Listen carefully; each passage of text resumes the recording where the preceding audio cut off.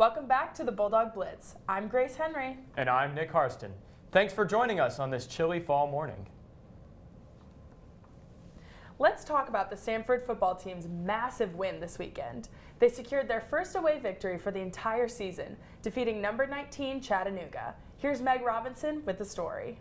This weekend, the Bulldogs defeated the Mocs in a 36-13 score. The game was a thriller. Highlights included a fake field goal being run in for a touchdown by placeholder Will Thorley, DJ Riaz returning a kickoff for a 100-yard touchdown run, and a caught interception by Chattanooga native Noah Martin. The win was extra special for Noah, with 9 tackles and 1 interception. Here's what the graduate had to say about his last away game for Samford. Yeah, I mean, it was huge just to get the win in front of the home crowd. You know, I'm obviously from there, so there was a lot of people there to watch me play. Not only were Noah's friends and families there to support the hometown hero, but his teammates were as well. The whole time, people were saying this is 5 City, this is Noah City, stuff like that. There just was a lot of I just felt a lot of support from my teammates, and everyone was saying we're giving it all for you, man. We're playing for you, man, and stuff. And of course, I always play for them.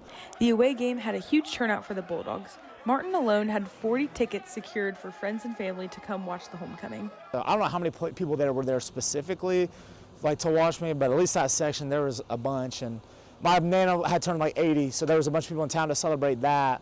So it was pretty much family on both sides. It was pretty cool. Martin was so excited to see a complete team give their all against number 19 ranked Chattanooga. Martin explained that they hadn't quite had their perfect game so far, but with all teams playing so well, it was extremely rewarding to see all the hard work pay off. It really was just awesome to see a complete game, just both sides, offense, defense, and special teams all complementing each other well. And I think that's by far the best game that we've played as a team. And it's great because it's oh man, look what we can do. But it's I just wish we had done that a little bit sooner. But still, just to see it then, at least see it come together, for one game was awesome. When thinking about what sets the season apart from the rest of his time at Samford, one word comes to mind: legacy. When Martin began playing, Samford's defense was not their strongest team. As the years have gone by, Martin has played a crucial role in strengthening the defense to be one of the top in the nation. This year, without a doubt, definitely the best defense that I've been a part of, by far. And so for me, to kind of be a part of that building, building this defense, at Samford, to each year slowly getting better and better until my senior year, capping it off with, I think, depending on how this game goes, and I know we're not going to let up and do anything, but just the best Samford defense that we've had since I've been here. That's kind of I guess the legacy that I want to leave behind. Martin will play his final game at Samford this Saturday at Pete Hanna Stadium against Western Carolina. Be sure to make it to the game at 2 o'clock. For the Bulldog Blitz, I'm Meg Robinson. Women's club basketball is in full swing with weekly practices and upcoming games. Here's Martha Bishop with more. The women's club basketball team has been pushing themselves every week in preparation for their first matchup against the Auburn Tigers on December 7th. I had the opportunity to talk to Stacey Angelakos about the camaraderie and chemistry of the team and how it impacts the flow of the game. I think about a month or a month and a half into club basketball, and when we first started, I think we were all kind of iffy with each other, we weren't really trusting, but we've really grown in our team chemistry and we've been really coming together. We were supposed to have a game this weekend against Georgia Tech, which we thought we were really prepared for, but they pulled out, so now our eyes are set on Auburn December 7th, and we're really just growing every day, skill work, scrimmaging, getting up and down, getting back into shape. I know a lot of us played in high school and continue to play now, so we're just trying to get that team camaraderie and get ready for our game on December 7th.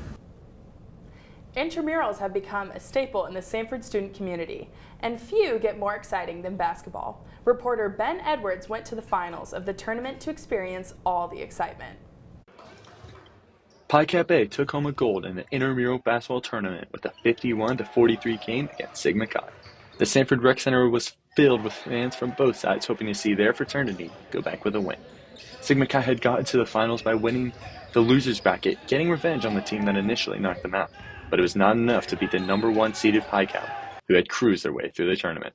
For scores and updates on future intramurals, be sure to check the IM Leagues app. For the Bulldog Blitz, I'm Ben Edwards. Samford women's basketball takes on Montevallo with a loud crowd in the stands. Check out the full story with Tori Woods. Samford women's basketball team hosted their annual education basketball game this past Tuesday. Samford graduate guard Sadie Stetson tied the school record for three-pointers in a game. With the help from the stands, the Bulldogs earned an 87-71 win over Montevallo in the Pete Hanna Center. Samford will hit the road Friday, November 22nd to take on Vanderbilt. To keep up with Samford women's basketball, check out samfordsports.com. For the Bulldog Blitz, I'm Tori Woods. The Samford University dance team goes from season to season without missing a beat. Here's Audrey Simons with more. Samford's dance team is made up of dedicated girls who cheer on the Bulldogs from season to season. As football performances are coming to a close, basketball performances are just getting started. Here's Coach McClary with more on how the girls prepare for the different seasons. Going from one season to the next is definitely a round-the-clock job. These girls are working nonstop to make sure that they are being able to fulfill all their obligations to the university. This week alone, we have had 2 basketball games, and we'll be going into a football game this weekend with practice every other day. So it's quite a lot, as you can imagine, but they put in a ton of hours to make sure that we are doing our absolute best. Samford competed at the regional cross-country meet this past Friday, and I had the opportunity to talk to Coach Pemberthy to hear the results. We had a really good showing on the men's side. We were 18th in the region. Total, there's about 40 teams on the men's side in the region, and so only 25 or so competed at this meet. But beat a couple conference opponents. Beat a couple of bigger schools like University of Miami and things like that. On the women's side, we were 11th. We had Sinkanish finished 43rd, I believe, which is one of the highest finishes we've had in about probably 6 or 7 years. And so she ran really, really well. The group as a whole ran well, though, and really put it all out there on the line. After a season of ups and downs, the Samford volleyball team is bound for the SoCon tournament. Let's hear from Mary Reen Quarles on how they are setting up for success this weekend. Samford women's volleyball is headed for Spartanburg. Here's what senior Gracie Lynn Butler had to say about the team's preparation and expectations for the SoCon tournament. The tournament is a crazy time. I think everybody's kind of feeling the end of the season. Every team in the SoCon it can be anyone on any day. We've just really been working hard. We kind of had a little bit of a struggle in the middle of the season, so we've worked really hard to pull ourselves out of that. We're feeling confident knowing that we're going to have to work really hard in the tournament, but we know that we can do it. The first match of the tournament for the 4th-seeded Bulldogs will be against the number 5 seed, the Citadel, at 9:30 a.m. on November 22nd. For the Bulldog Blitz, I'm Mary Reen Quarles. The men's basketball team had 3 games this past week. An overtime win against North Alabama with a score of 97-96, a decisive 97-82 victory against Texas Southern, and then a competitive matchup against quality opponent Michigan State. Despite the early lead, the Bulldogs were not able to secure a victory against the Spartans. If you haven't been able to attend a men's basketball game yet, perhaps you have wondered how Samford gets the game live on the air. Ben Edwards had the opportunity to go behind the scenes of a broadcast and talk to some of the people who make it possible. This is the Pete Hanna Center, home of the Samford University basketball team. And while the Bulldogs are putting on a show on the court, there's another team making sure the show is live to the nation. I got the opportunity to talk to the director of Samford Broadcast to find out how they do it. So in the control room, we have about 4 spots that we really use people on. Graphics is kind of just anything that you see on overlay on the camera shots. So a lot of times it's the biggest thing is like the scoreboard, stats, lineups, all of that. So replay is kind of just pretty simple, very basic of like what it is. Described as replaying all those shots that we do, good things and bad. And then the last is the TD/director/producer. And this person is just in charge of kind of like everything that goes on in the production, telling people what to do, making sure that telling what cameras we're going to, cutting to cameras. And then producing is kind of like more prep work behind the scenes, which is like talking to your talent, telling them what you want to put in the production, all of that good stuff. So I think those are really like the 4 essential spots we have kind of here at Samford. But a Samford broadcast cannot be done without the help of its student workers. How's it going? I'm Ross. I'm a student worker. I man the game camera for the basketball and soccer games.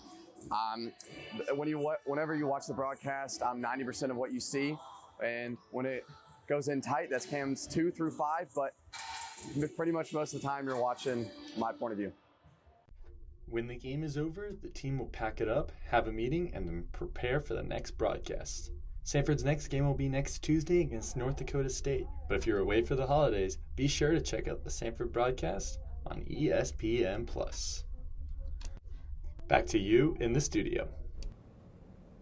Senior defensive lineman Josh Mathiasen is about to walk off the field for the last time. Here's Audrey Simons with more on his farewell to Samford. My position is defensive line for the Samford Bulldogs. Joshua Mathiasen is a senior defensive lineman from Elmhurst, Illinois. After one season at Olivet Nazarene University, he transferred to Samford University and has been a valuable asset to the football team ever since. Off the football field, Mathiasen is a dedicated student, a mentor through the Ransom Ministry, and a friend to all. Some might even call him a campus celebrity.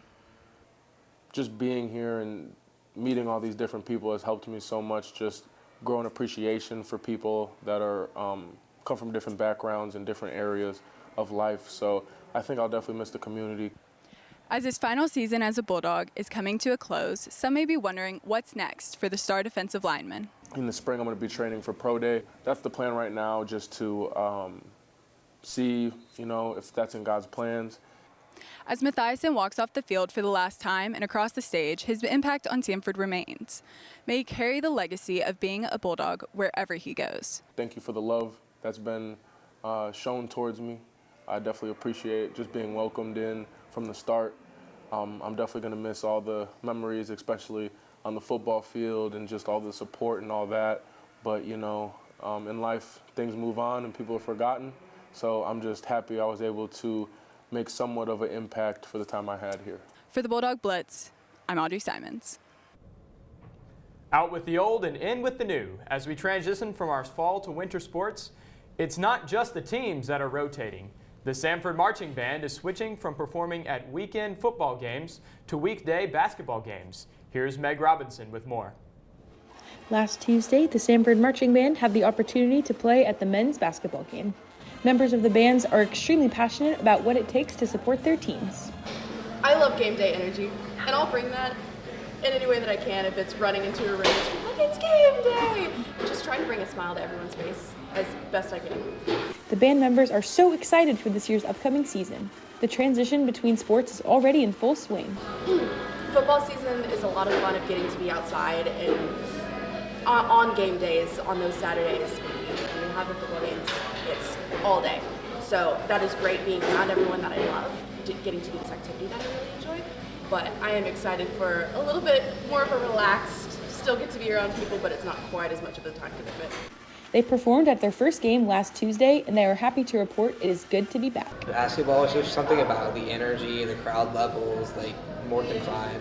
You're right there in the action all the time. So, with fun traditions like the roller coaster and the YMCA, the marching band is ecstatic to be supporting the athletic program that has given so much to them. Sophomore Mark Thomas explained why basketball means so much to him. Just going crazy, trying to distract the other team's free throw when they're trying to free throw, doing whatever we can in the back to mess it up. That was what we do. From the Bulldog Blitz, I'm Meg Robinson. Back to you in the studio.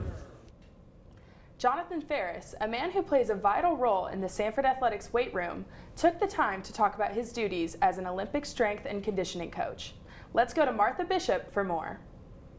For college athletics, lifting is a very important key to a team's success. But lifting unsupervised or without proper guidance can lead to disaster.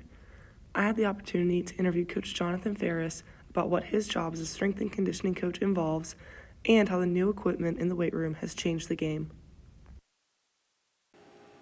All right, hey, my name is Jonathan Ferris. I am the Director of Olympic Strength and Conditioning at Samford University. I've been here for 10.5 years, and I get to work with a variety of athletes, from our women's soccer team to our volleyball team to our track and field team. Also worked with men and women's basketball while I've been here. And I get to oversee the Pete Hanna Center weight room, which is where all of our athletes train. So we have 2 weight rooms on campus for our athletes, one down at the football field, one up here at the Pete Hanna Center. So about 3 years ago, we went through a process of getting new equipment and getting new technology installed in our weight room, which is very beneficial to our student athletes. because it helps them train on a daily basis, whether it's telling them what lift they've got that day or the intent of every single rep that they do during a workout. So they're getting constant feedback on how they are performing day to day. And then on the other side of that is all that information is pushed onto a cloud, and we can look at it as strength coaches.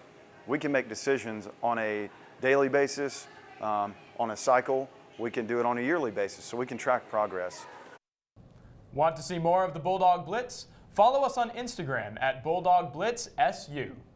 And make sure to come out to the women's basketball game against Tennessee Tech on Tuesday, November 26th at 12 p.m. Well, you don't want to miss that. That's all we have for the Bulldog Blitz. See you next time.